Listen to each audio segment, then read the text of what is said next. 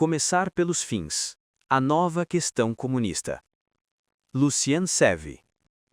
2.12. Movimento social, movimento político, movimento teórico. Segundo o posicionamento que é o de todo este livro, responder-se-á aqui por simples sugestões de princípio teoricamente coerentes com o que precede. E antes do mais, e sobretudo coerentes nisto, na amplitude renovada que aqui lhe é reconhecida, a perspectiva comunista deve ser tratada não como um ideal para dias de festa, mas, e muito resolutamente, como referência do cotidiano. É quase o contrário do que exigia a tradição do realismo político, tradição que levou a direção do Partido Comunista a nem sequer falar do comunismo durante décadas, e abandonando assim a outros uma radicalidade crítica e uma audácia visionária que, contudo, em lado algum se aprende melhor do que em Marx. Contas feitas, aquilo que passou por ser o comunismo não terá morrido porque, esquecendo Lenine, há que sonhar, escrevia ele, pensando não no sonho que desorienta, mas no que prepara. Não pôs suficiente sonho no real, nem suficiente real no sonho, acabando até por deixar de verificar se cada passo real ia efetivamente no sentido sonhado. Fazer ver a finalidade dos seus atos em cada um dos seus atos, mantendo precisamente por isso o rumo, não será esse o único realismo que vale a pena?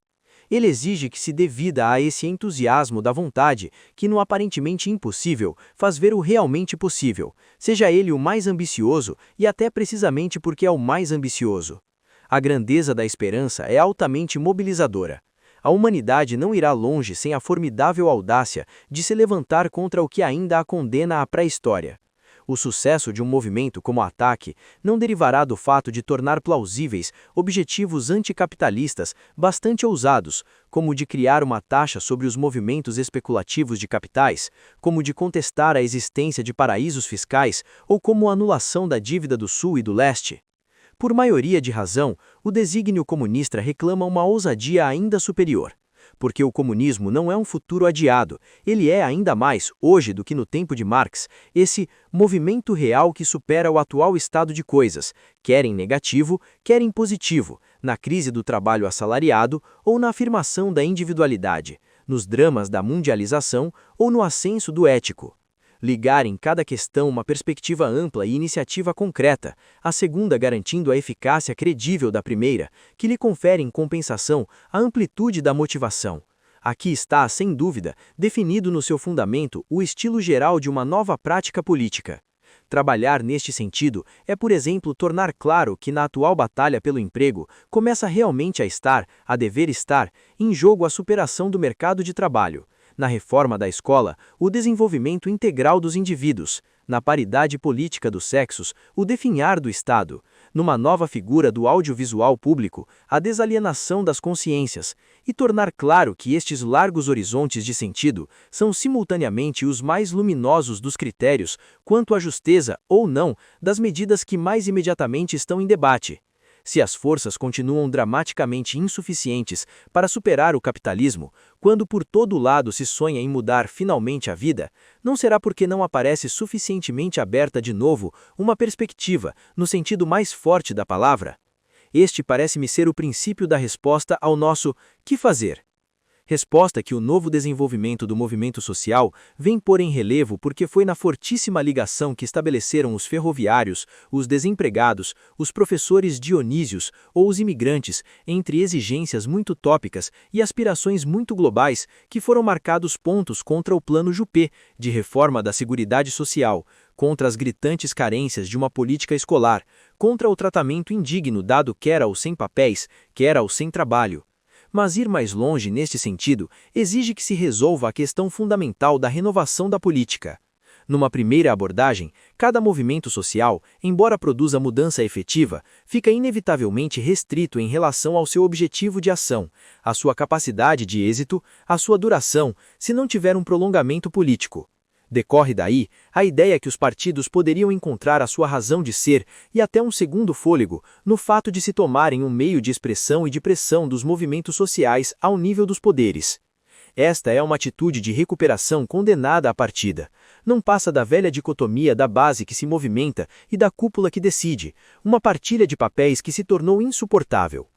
Não terá sido por causa da recusa generalizada destas atitudes, já de por mais conhecidas, que o movimento social tomou desde 1995 as formas não clássicas que vimos? Numa ótica oposta, contestar-se-á a própria designação do movimento dito social.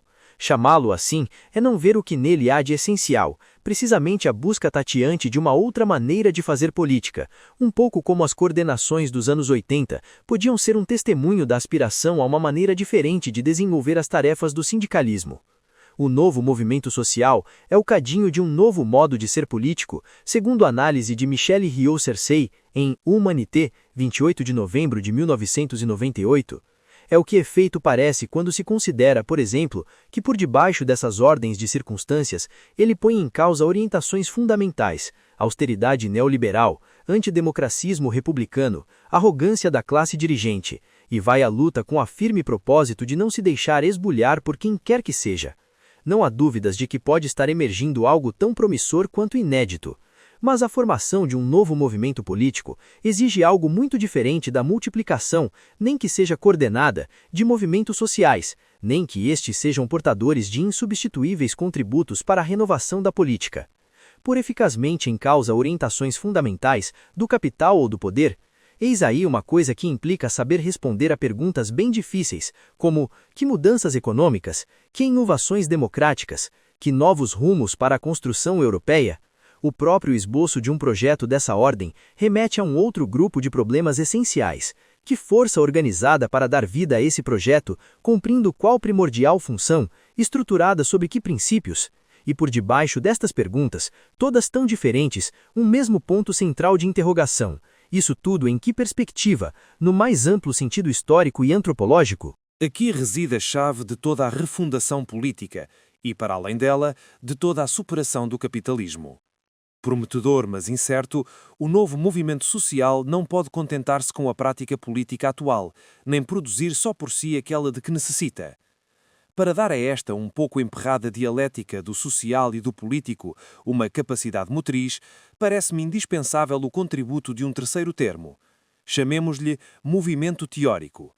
Trabalho de pensamento, debate de ideias, recriar de uma forte cultura da transformação social como a França conheceu, com tantos benefícios, durante os anos 30 ou 60. Este movimento teórico, para o qual as formações políticas podem dar um enorme contributo, mas que não pode ser monopólio de nenhuma delas, tem como tarefa central responder à pergunta-chave: qual é a perspectiva, depois do desastre? O que equivale a tratar aquilo a que aqui se chama a nova questão comunista. Já que importa saber que coisa está por debaixo da palavra comunismo, queiramo-la ou não, e essa coisa é a completa superação de todas as nossas alienações históricas, antigas e novas, de classe ou sem ser de classe. Parafraseando uma famosa fórmula de Sartre, digamos que esta questão comunista é inultrapassável, já que este tempo continua a ser o da história alienada. Tendo como conteúdo a desalienação universal, a ideia comunista não é mais um desígnio emancipador, é o conceito de todas as radicalidades efetivas. Muito longe de trair uma qualquer irrisória compulsão de domínio, esta caracterização exprime, pelo contrário, a sua necessária abertura a todos os projetos realmente desalienantes, reclamem-se ou não eles de Marx, intitulem-se ou não eles comunistas. Por outras palavras, exprime no plano teórico que todos os defensores de uma radicalidade efetiva estão vocacionados para formar, em conjunto, a nova força do revolucionário prático, que visa a sociedade sem classes que a nossa época reclama. Florescimento multiforme do movimento social, construção plural do movimento político, elaboração dialogada do movimento teórico. Defendo que, deste trinómio, o elemento atualmente decisivo é o terceiro, pela dupla razão que a mais terrível crise aberta pelo desaparecimento do comunismo é a crise de futuro, e que a importância do fundamental trabalho de pensamento que deve ser feito para a superar ainda é, estou convicto, politicamente muito subestimada. O manifesto soube dizer a muitas gerações de revolucionários para que combatiam. Nada é hoje mais importante do que sabermos dizê-lo de um modo inteiramente novo, mas com igual força.